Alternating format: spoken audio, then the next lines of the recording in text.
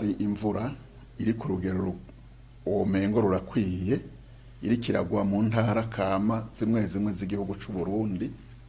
Uravye ukamengo iyo mvura isa niyikwiye nk'uko boshobora kwiyumvira gutera canke gukora iyindi mirimo ijanye n'igihe c'agatasi.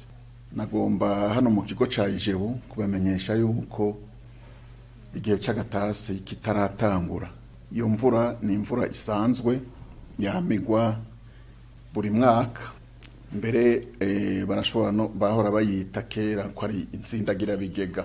Twebwe isanze turiko dutegura hano mu kigo ca Ijebu icegeranyo kijanye n'igihe c'agatasi twimirije kuzobashikiriza mbere twari twateguye ko twogishikirije muri indwi kurikira ku munsi wa kabiri. Twagomba kubamenyesha bimwe mu byo tumaze gushikako turavye igihe c'agatasi aho gitangurira, imvura uko izoba ingana naho giherera.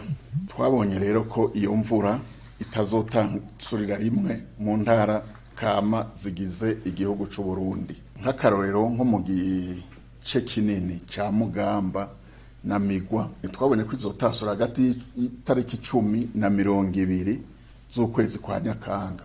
Mu ntara kama za Buyenzi n'igice kizoba gisigaye ca Mugamba, Migwa, Imbo, igice gitoyi c'Imbo, mu Kirimiro, mu Bututsi, mu Bugesera, mu Bweru n'igice ca Buyogoma, bona ko imvura izotasura hagati y'itariki 20 na 30 z'ukwezi kwa Nyakanga. Mu ntara kama zisigaye no kuvuga Buyogoma, Buragane, mu Kumoso n'igice kizoba gisigaye c'Imbo, imvura tuzobona ko izotasura neza mu mpera z'ukwezi kwa Nyakanga.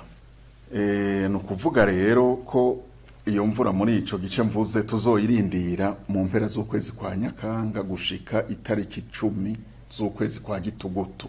Ivyo biharuro rero ndabahaye nayo cane ayo makuru ndabamenyesheje, no babwira ko turavye ingene ikirere kimeze mukamenya ko ubu duhanzwe n'ihindagurika ry'ibihe. Murazi ko ikirere kitaguma hamwe.